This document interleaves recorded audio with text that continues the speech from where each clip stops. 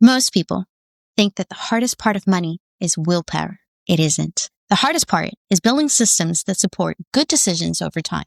Last week, I told you discipline is not the answer. If that felt unsettling, it was supposed to.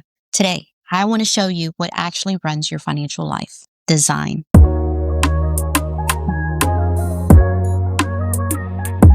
This is Planning with Purpose, where we talk about money through the lens of life, not just numbers. I'm Didine Erskine, CFP, and each week I share education and real-world perspective to help you think more clearly about your financial decisions. Discipline is episodic. Design is structural. The Colosseum is still standing. The pyramids are still standing. Hagia Sophia is still standing.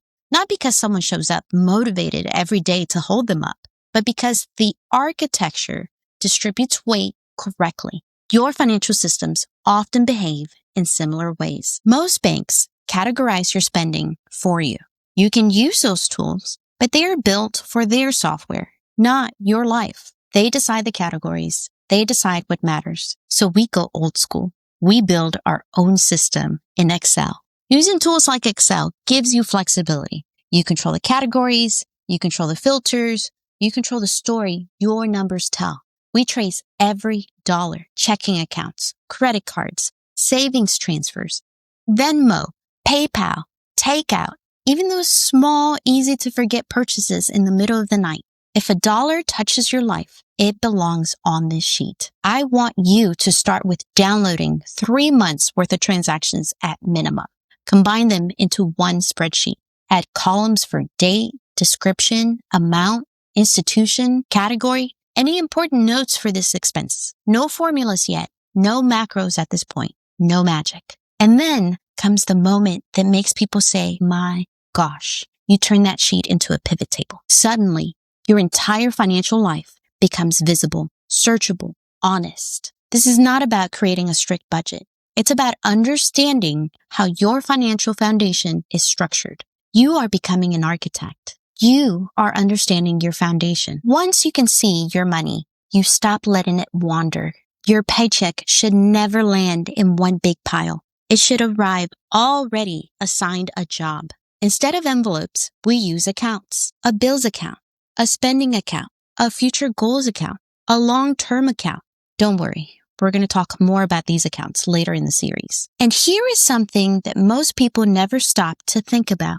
You may have noticed that many people accumulate the majority of their wealth inside employer-sponsored plans and retirement accounts. It's not because people are more disciplined at work. It's because the money never had a chance to be spent. Contributions happen before the paycheck ever hits your bank account.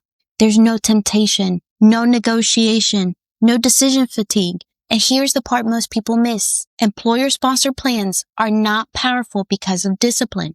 They are powerful because they were designed with friction. There are penalties for accessing them before a predetermined age. And in my experience, many people pause before accessing those accounts. Not because they suddenly became responsible, but because the system created pause. That pause can be a helpful behavioral tool. It forces you to look forward.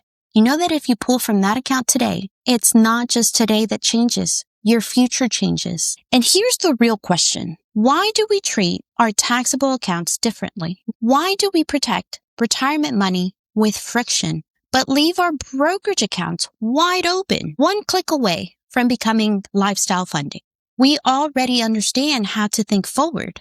We do it every time that we leave our employer plan alone. So what if we started designing our taxable accounts the same way? Not by locking them up, but by giving them rules. Rules that say, this is future money. This is not impulse money. This is one way thoughtful design can influence behavior. That is design doing the heavy lifting. Your pivot table already tells you the averages. It could be $4,000 for bills, $1,500 for spending, $1,000 for goals. That becomes your automatic flow. When money is already in the right place, discipline is no longer required. The system already decided. You can build the perfect flow and still feel like you are going nowhere. that usually means your timeline is broken. Let me tell you a story that has stayed with me for years. A handful of years ago, a couple came to see me. They had just received a substantial inheritance. Their dream was to buy a home in about a 6-month period. Interest rates were still low, and because of that, they wanted the money invested. This was January of 2020. I did what advisors are trained to do.